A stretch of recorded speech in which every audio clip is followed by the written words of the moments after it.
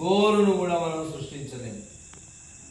మనకు ప్రాణాత్మ దేహం ఇచ్చిన దేవుడు ఉన్నాడు. హల్లెలూయా. అయితే ఆయన రక్షించడానికి సిద్ధంగా ఉన్నాడు. కానీ మన పాపములు, మన దోషములు ఆయన రక్షింపనేరకుండా అడ్డుపడుతున్నాయంట. హల్లెలూయా. మరి ఎట్లా అని అంటే ఈ పాపము ఏం చేయాలంటే ఒప్పుకోవాలి. పాపం ఏం చేయాలి? మనిషి ఒప్పుకోవాలి. చాలా విషయాలు ఉన్నాయి కానీ మరి పాపం ఒప్పుకుంటే దేవుడు ఏం చేస్తాడు? క్షమిస్తాడు. పాపం ఒప్పుకుంటే దేవుడు ఏం చేస్తాడు? క్షమిస్తాడు. క్షమించడానికి ఆయన సిద్ధంగా ఉన్నాడంట. ఆయనకు మనకు మధ్యలో ఏమున్నాయి? పాపములు అడ్డుగా కనబడుతున్నాయి. పాప క్షమాపణ పొందాలి. అందుకే దేవుడు పాప క్షమాపణ పొందిన వారిని ఆయన ఆశీర్వదిస్తాడు. పాప క్షమాపణ పొందిన వారిని ఆయన దీవిస్తాడు. కనుక పాపములు ఒప్పుకోవాలి. ఇది కష్టమేం కాదు. పాపములు ఒప్పుకోవాలంటే దేవుని దగ్గర భయముతో క్షమాపణ అడగాలి.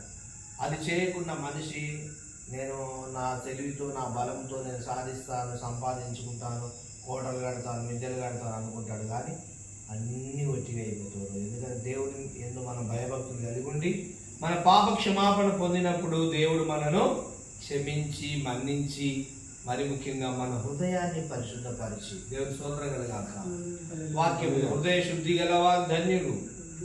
వస్త్రాలు శుభ్రంగా ఉంటే ఏదో ఆశీర్వాదం అనుకోవచ్చు, దేహం శుభ్రంగా ఉంటే అనుకోవచ్చు. కానీ ప్రియులారా, హృదయము శుద్ధి కలిగి ఉండాలి. మన హృదయం ఎలా ఉండాలి? శుద్ధి. హృదయం మురికైపోతుంది. పని చేసినప్పుడు షర్టు మురికైపోయినప్పుడు చూసుకుంటే షర్టు తీసి ఒత్తుకుంటాం. కానీ మన హృదయ పరిస్థితి ఎప్పుడైనా గమనించినమా? ఈ హృదయం ఏమైపోయింది? అంతా కలుషితమైపోయింది, మురికి అయిపోయింది. హృదయాన్ని కడుక్కోవాలి అంటే ఏం చేయాలి? తెలిసి తెలియక చేసిన తప్పులు, పాపాలు అన్ని ప్రభు దగ్గర క్షమాపణ అందుకోవాలి, క్షమాపణ పొందుకోవాలి. హల్లెలూయా. చూడండి 2వ వచనం చదవండి. బైబిల్ దేని ఉందా లేదా? మీ పాపములు ఆయన ముఖమును మీకు మరుగు పరచను గనుక ఆయన ఆలకింపకున్నాడు. మీ చేతులు రక్తము చేతను, మీ వ్రేళ్ళు దోష చేతను అపవిత్ర పరచబడి ఉన్నది. మీ పెదవులు అబద్ధములు ఆడుచున్నవి, మీ నాలుక కీడును బట్టి మాట్లాడుచున్నవి. పిల్లరా, ఏంటిదేంటిదంటే పాపం చేసేది అవయవాలు ఏంటిది? నాలుక, పెదాలు. ఈ మెదడులో నుంచి పాపపు ఆలోచన, హృదయంలో పాపపు ఆలోచన, దేహమంతా పాపపు ఆలోచన. ఎప్పుడు పాపం, ఎప్పుడు కోపం, ఎప్పుడు పాపం, ఎప్పుడు కోపం ఉంటే ఎట్లా దేవుడు మన ఎట్లా నడిపిస్తాడు? మొట్టమొదటిగా మన చేతులు, మన కన్నులు, మన హృదయం అంతా మనము శుద్ధి చేసుకోవాలి. హల్లెలూయా. ఇది ఎలా సాధ్యమంటే ఏమీ లేదు. చివరి మాట కళ్ళు మూసుకొని దేవుని దగ్గర క్షమాపణ పొందుకోవాలి. హల్లెలూయా. అపోస్తలుల కార్యం 2వ అధ్యాయంలో ఒక మాట ఉంది, 36వ వచనంలో, మీరందరూ పాప క్షమాపణ నిమిత్తము ప్రతివాడు యేసుక్రీస్తు నామమున బాప్తిస్మము పొందుడి. ప్రతివాడు యేసుక్రీస్తు నామమున ఏం పొందాలంట? బాప్టిజం పొందాలి. 38వ వచనమా? వారు ఈ మాట విని 38 పేతురు మీరు మారు మనసు పొంది పాప క్షమాపణ నిమిత్తం. గమనించండి, ఏం పొందాలంటే మారు మనసు. ఈ మనసు దేవుని దగ్గర తీసుకెళ్ళదు మనిషిని. మన మనసు పాపపు మనసు. ఈ మనసు మార్చుకొని మారు మనసు పొంది పాప క్షమాపణ నిమిత్తము ప్రతివాడు యేసుక్రీస్తు నామమున బాప్తిస్మము పొందుడి. అప్పుడు మీరు పరిశుద్ధాత్మ పొందుదురు. హల్లెలూయా. ఒకప్పుడు త్రాగుబోతులు, ఒకప్పుడు తిరుగుబోతులు, ఒకప్పుడు రౌడీ, ఒకప్పుడు గుండాలు యేసు ప్రభు దగ్గరికి వచ్చి ఏం చేశారు? మారు మనసు పొంది పాప క్షమాపణ పొందినారు. వారు పరిశుద్ధాత్మను పొందుకున్నారు. హల్లెలూయా. దాంతో పరిశుద్ధాత్మను ఎలా చెప్తారా, నడవడం ఎలా చెప్తారా, జీవించడం ఎలా, పరిశుద్ధాత్మను నడిపిస్తున్నాడా, నడిపింపు గొప్పకోవడం ద్వారా వారి జీవితాలు ఆశీర్వదింపబడ్డాయి. హల్లెలూయా. మరి ముఖ్యంగా ఏం కలిగిందంట? పాప క్షమాపణ. ఇలా నేర క్షమాపణ అనేది